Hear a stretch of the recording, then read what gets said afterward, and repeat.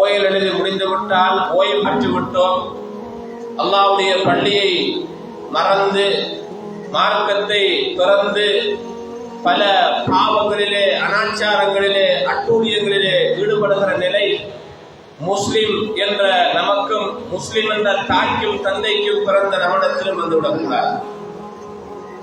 குறிப்பாக நாம் இந்த நாட்டில் வாழுகிற போது நாட்டினுடைய சட்டங்கள், மதத்தை மதிக்கிற நிலை அனைத்தையும் புரிந்து இந்த ஓயல் பரீட்சைக்கு பின்னால் அந்த மாணவர்கள் செயல்பட வேண்டும் என்று வினயமாக வேண்டிக் கொள்கிறோம்.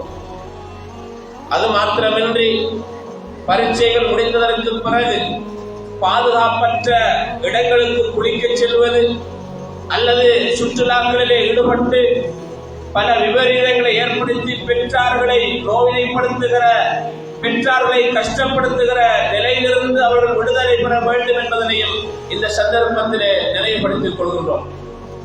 அதுபோன்று பரீட்சை முடிவடைகின்ற அந்த நாளில் மாணவர்கள் அநாகரிகமான முறையிலே நடந்து கொள்கிற, உஜாலாக்களை அளிக்கிற, மற்ற பெண் குழந்தைகளை, பெண் பிள்ளைகளோடு அநாகரிகமான முறையிலே நடந்து கொள்கிற இப்படியான நடவடிக்கைகள் நம்மிடத்தில் இருக்கக்கூடாது.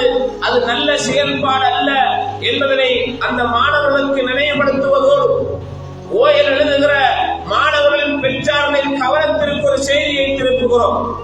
உங்களுடைய பிள்ளைகள் கடைசி நாளில் ஓயல் எழுத செல்கிறது என்றால் அவர்களை கையோடு நீங்கள் உங்களுடைய வாகனத்திலே ஏற்றி வந்து வீட்டை அடைய வையுங்கள். சில நேரங்களில் வேற விபரீதங்களும் பாவச் செயல்களும் அல்லது அவர்கள் நினைக்காத சில விடயங்கள் நடந்துவிடக்கூடிய நிலை ஏற்படுகிறது.